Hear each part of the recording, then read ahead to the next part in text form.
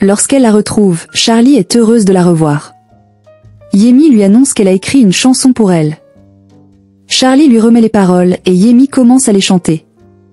Soudain, Yemi l'embrasse, puis Charlie la plaque contre le mur, l'emmène ensuite vers le lit, et ils font l'amour avec passion. Mais tout cela n'était qu'un rêve.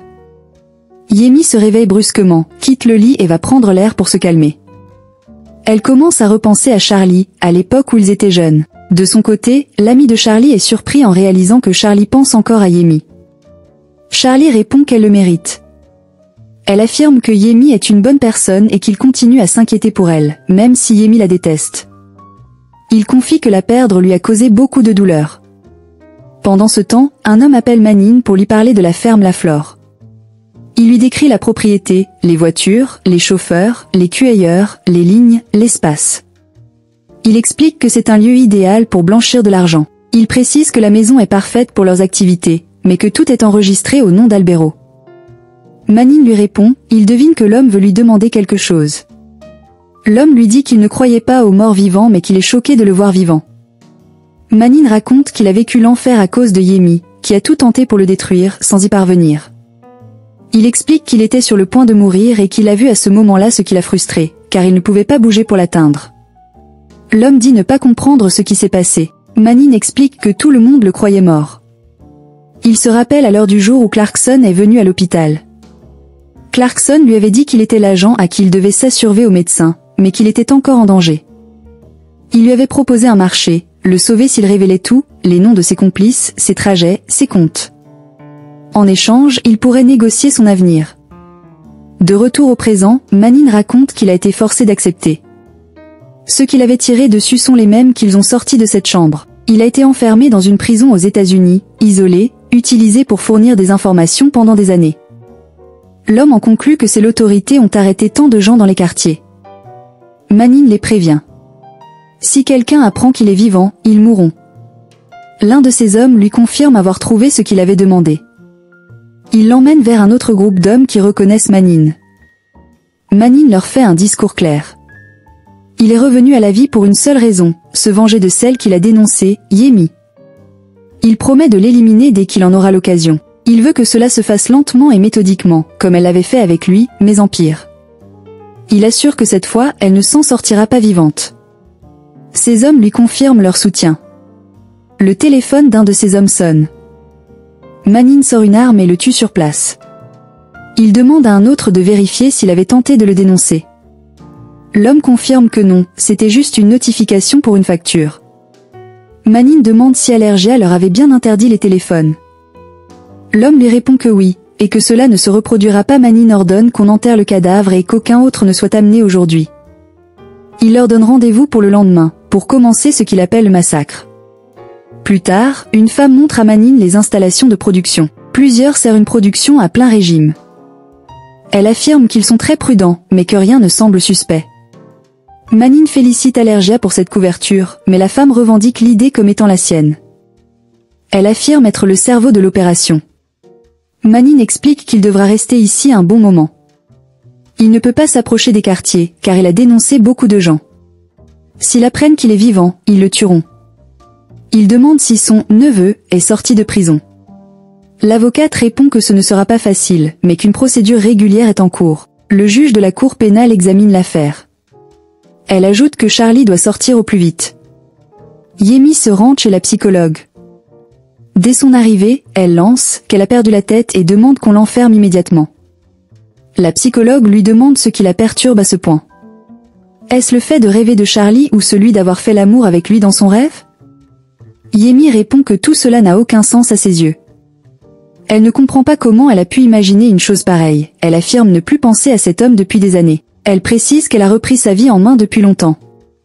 La psychologue lui rappelle pourtant qu'elle est allée le voir en prison. Yemi confirme en expliquant qu'elle devait lui demander d'arrêter de la menacer. La psychologue pense alors que cette visite a pu réveiller en elle des sentiments profonds. Elle l'avertit que tant qu'elle continuera à le nier, le conflit intérieur persistera. Elle lui demande de la regarder dans les yeux et insiste, que ressentait-elle en revoyant Charlie après tout ce temps? Yemi répond qu'elle a ressenti de la colère et de la douleur. La psychologue souligne que cela signifie qu'elle n'a pas vraiment tourné la page. Yemi proteste, elle insiste sur le fait qu'elle a bel et bien tourné la page. Mais ce qui la blesse, dit-elle, c'est que Charlie soit persuadé qu'il va sortir de prison. Elle s'attendait à ce qu'il y pourrisse pendant de nombreuses années. La psychologue lui rappelle que ce n'est pas à elle d'en décider, que seule la justice peut trancher. Elle l'encourage à se concentrer sur son avenir, ses enfants, sa carrière et sa musique. Yemi lui raconte qu'il y avait justement de la musique dans son rêve. Elle pensait avoir écrit une chanson pour Charlie et se souvient même des paroles. Et la perturbe profondément. La psychologue tente de relativiser. Elle propose de faire comme si cette chanson n'existait pas, mais souligne tout de même qu'elle parle bien de Charlie, même si Amy veut l'ignorer. Elle l'encourage à profiter du moment, à s'amuser, à écrire des chansons et à se libérer. Elle lui rappelle que si Charlie sort de prison, ce ne sera plus son problème. Elle conclut en l'exhortant à ne plus chercher d'excuses et à avancer dans la vie, car elle rêve de devenir la reine du flot. Pendant ce temps, Charlie parle à son avocate. Il lui reproche de ne pas avoir répondu à ses appels. Elle explique qu'elle était très occupée la veille. Il demande des nouvelles de sa date d'audience, mais elle n'a pas encore reçu l'information. Il s'impatiente, puis lui annonce que Amy est passée. L'avocate est surprise.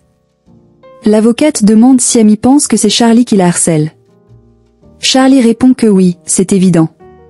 Ce qui l'inquiète, dit-il, c'est qu'elle est désormais convaincue qu'il va sortir de prison. Il explique qu'elle a complètement perdu la tête, allant jusqu'à l'accuser de collaborer avec les policiers et le système judiciaire. Il commence à sérieusement s'inquiéter. Un gardien leur rappelle que le temps est écoulé. Charlie demande quelques secondes de plus. Il presse son avocate de faire pression sur le juge. Elle lui répond qu'il faut attendre que tout se passera bien, et qu'il doit se concentrer sur ce qu'il faut faire pour sortir. Charlie insiste, Amy est instable, elle ne lâchera pas l'affaire. Il sait que son avocate fait du bon travail, mais il a besoin qu'elle agisse rapidement. Il promet qu'il est presque prêt à partir. L'avocate tente de le rassurer. Légalement, Amy ne peut rien lui faire. Dès qu'elle aura une date, elle le préviendra. L'avocate rapporte les dernières nouvelles à Manin. Manin conclut que c'est une bonne chose que Amy pense que Charlie la menace. Il décide de ne plus lui envoyer de messages pour l'instant et de la laisser croire ce qu'elle veut. Il faut, selon eux, accélérer le processus et sortir Charlie, quitte à y mettre beaucoup d'argent. Manin demande à l'avocate qu'il faut appeler, qu'il faut menacer, ou même tuer. L'avocate le met en garde. Selon elle, c'est une très mauvaise idée. Manin lui répond que tout a un prix. Elle insiste sur le fait qu'il faut rester dans le cadre légal, car s'il se trompe, Charlie pourrait être condamné plus lourdement. Manin concède que l'avocate est probablement la voix de la raison.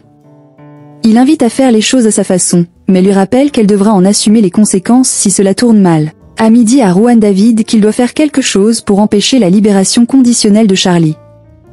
Juan David lui répond que ce n'est pas aussi simple. Elle lui rappelle que la peine initiale de Charlie était de 25 ans, mais qu'elle a été réduite à 8. Amy, stupéfaite, demande pourquoi, en soulignant que Charlie est un meurtrier.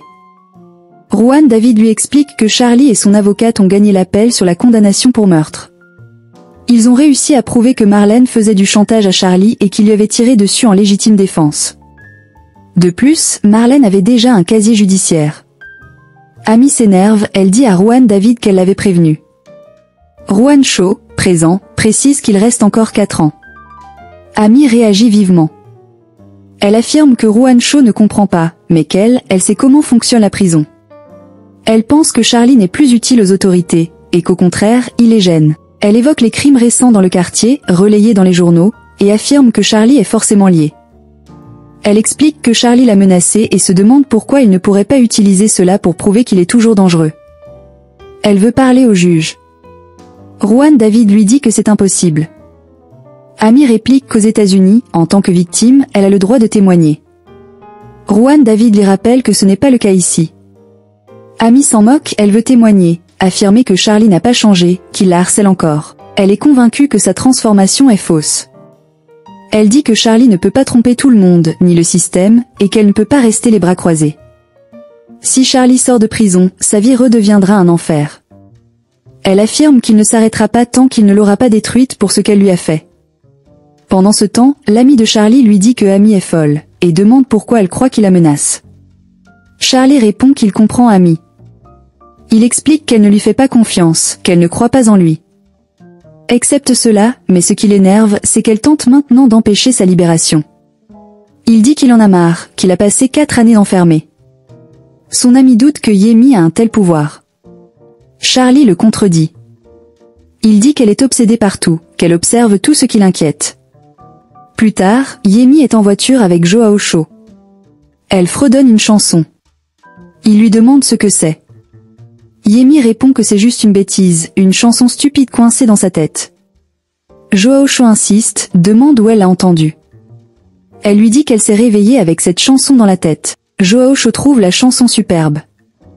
Il l'encourage à commencer à écrire pour se vider l'esprit. Il lui dit qu'ils auront le temps de découvrir ce qu'ils veulent ensemble. Il lui demande de mettre de la bonne musique. Yemi le remercie. Ils sont alors interrompus par un homme qui les prend en photo.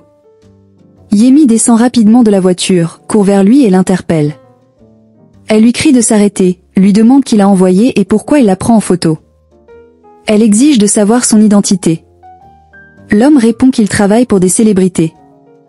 Joao Cho arrive, inquiet. Yemi le rassure et lui dit que ce n'est pas ce qu'il croit. Joao Cho exige la vérité. L'homme explique qu'il est paparazzi. Yemi lui crie de se trouver un vrai métier. Eric et Irma arrivent. Eric demande à Joao Cho ce qu'il se passe. Joao Cho répond qu'il ne sait pas vraiment, mais que Yemi pense qu'on la suit et qu'elle a reçu des menaces. Irma veut savoir qui la menace et pourquoi. Yemi répond, Charlie. Elle insiste, dit qu'elle est la seule à en être certaine. Joao Cho essaie de la raisonner. Il lui dit que l'inspecteur contrera enquête, mais qu'il n'y a aucune preuve contre Charlie. Yemi affirme qu'elle sait que c'est lui. Irma lui demande pourquoi elle pense que Charlie ferait cela. Yemi répond qu'il est obsédé par elle et qu'il veut ruiner sa vie à cause de ce qu'elle lui a fait. L'inspecteur contrera, confirme qu'il enquête sur l'affaire, qu'une équipe complète est mobilisée, mais qu'ils n'ont encore rien trouvé. Eric conseille à Yemi d'oublier toute cette histoire. Yemi dit que ce n'est pas juste après tout ce que cet homme a fait. Elle affirme qu'il est en train de la menacer et qu'elle est folle de rage. Eric lui rappelle ce qu'il lui a dit un jour. La personne qui a le pouvoir de la mettre en colère peut la contrôler. Il lui dit que Charlie ne doit pas la contrôler. Irma intervient avec une idée, change d'atmosphère avec un peu de musique. Elle propose d'écouter une chanson qu'elle a écrite pendant la tournée. Elle veut absolument la partager. Elle entraîne Eric et tous deux s'en vont. Joao Cho reste avec Yemi. Il lui confie qu'il a engagé une société de sécurité. Eric, Vanessa, Pete et les autres dansent. La fin de la performance, ils l'applaudissent tout de même, la félicitent, et lui disent que la chanson est bonne mais qu'elle nécessite quelques ajustements. Yemi s'adresse ensuite à son fils Eric en lui disant qu'il est temps de reprendre l'écriture et de sortir un nouvel album. Eric lui répond qu'en ce moment, ils sont en train de lancer l'ouragan, et qu'il faut se concentrer là-dessus. Yemi affirme qu'elle est avec elle, qu'ils vont travailler ensemble sur ce projet, mais insiste aussi sur l'importance de s'occuper de lui-même. Elle insiste de nouveau, disant que ce serait une bonne chose de sortir un nouvel album. Eric lui répond qu'il vient à peine de terminer une tournée et qu'il est fatigué. Elle accepte à contre-séure et dit qu'ils reprendront dans quelques jours. Eric semble surpris, lui demande ce qu'il ne va pas. À ce moment, Joao Cho et Yemi prennent la parole. Joao Cho explique qu'il s'avère que Grey Shark a racheté un studio et qu'ils veulent maintenant leur prendre leur place. Il souligne qu'il n'y a aucune compétition équitable avec Michael Rivera, qui avait tenté récemment de les racheter sans succès. Elle pense qu'il va tout faire pour les écarter. Irma se lève, fâchée. Joao Cho intervient pour la calmer. Il l'appelle, l'ouragan, lui demande de se rasseoir et de se détendre. Il lui rappelle que, comme Yemi l'a dit, ils ont besoin de l'homme de platine, Eric. Ils ont besoin d'un nouveau tube, et s'ils ont de la chance, cela donnera naissance à un album à succès, prouvant à Michael Rivera que leur succès n'était pas un coup de chance. Eric accepte l'idée, on lui demande s'il se sent prêt à écrire, car il a sûrement beaucoup de choses à exprimer. Yemi dit à Joao Cho qu'elle va chercher le petit, car elle ne veut pas qu'il rentre à pied. Elle lui donne rendez-vous à la maison et demande s'il va réussir à se concentrer sur le travail. Irma quitte la pièce, contrariée. Zulma est en conversation avec Yemi. Elle dit que Charlie est une ordure et qu'elle n'arrive toujours pas à assimiler ce que Yemi lui a révélé. Elle ne comprend pas comment il peut être libéré de prison. Yemi lui explique qu'elle a justement appelé pour en parler, car elles ne peuvent pas laisser cela se produire. Elle propose à Zulma de révéler tout cela dans son émission. Elle veut qu'elle parle de ce que Charlie essaie de faire pour que les gens comprennent qu'il se croit au-dessus des lois. Zulma est d'accord. Elle dit qu'elle doit rappeler aux gens qu'elle escroit l'été qui n'a pas changé. Yemi, touchée, déclare qu'elle ne pourra jamais oublier ce que Charlie lui a fait, notamment en publiant cette vidéo. À ce moment-là, elle se rappelle que c'est elle-même qui avait publié la vidéo. Yemi y arrive et Yemi l'accueille avec joie. Présent, il repart aussitôt. Zulma demande ensuite des nouvelles de Catalina. Yemi répond qu'elle est toujours à Chicago et que c'est gentil de sa part. Zulma ne comprend pas pourquoi certaines femmes choisissent de devenir mères. Yemi dit qu'elle ne la juge pas, qu'elle le fait pour offrir un meilleur avenir à Emilio. Zulma fait remarquer que c'est Yemi et non Catalina qui élève l'enfant. Emilio arrive à ce moment-là et interrompt la conversation. Yemi dit qu'elle n'a pas pu voir son fils grandir et que ce petit garçon représente une bénédiction. Elle insiste sur le fait que ce n'est pas un fardeau, mais une sorte de récompense de la vie. Elle remercie Catalina. Zulma dit qu'à son avis, Catalina devrait rester à Chicago et ne pas revenir. Yemi réplique qu'il est inutile d'y réfléchir. Zulma termine en disant qu'elle va juste réfléchir à la manière dont elles vont procéder. Plus tard, Yemi se confie à Joao Chu. Elle lui avoue qu'elle se sent coupable en présence de Zulma. Elle dit que ce qui est arrivé à cette femme, c'était de sa faute, pas celle de Charlie. Joao Chu la contredit, affirmant que Charlie a aussi une grande part de responsabilité. Yemi dit qu'elle se sent de plus en plus mal avec le temps et qu'elle a envie de dire la vérité. Joao Chu lui demande si c'est une bonne idée de rouvrir une vieille blessure maintenant. Yemi affirme qu'elle a fait beaucoup d'erreurs et qu'elle a l'impression que le karma la rattrape. Joao Chu reconnaît qu'elle a fait n'importe quoi, mais lui rappelle qu'elle a aussi été blessée, qu'elle a demandé pardon et que cela devrait suffire. Il lui dit qu'elle ne peut pas continuer à se torturer, qu'elle doit aller de l'avant. Yemi répond qu'elle essaie, mais qu'elle ne sait pas ce qui lui arrive. Joao Chu l'invitait à réfléchir à l'utilité de s'énerver pour des choses qu'on ne peut pas changer. Il lui montre tout ce qu'ils ont construit ensemble. Lui rappelle qu'elle est la reine du flot, qu'elle a la beauté, le talent, l'esprit, la grandeur. Il lui dit de ne pas regarder en arrière, qu'il n'y a plus de menaces, qu'ils sont ensemble et que tout ira bien. Il lui dit qu'il l'aime, plusieurs fois. Puis, il lui demande ce qu'était la chanson qu'elle fredonnait dans la voiture. Yemi ne répond pas et préfère l'embrasser. Joao Chu croit entendre des pas. Il dit à Yemi qu'il croit qu'un petit marche tout près. En effet, Emilio s'est caché. Ils le découvrent, le prennent dans leurs bras et le taquinent.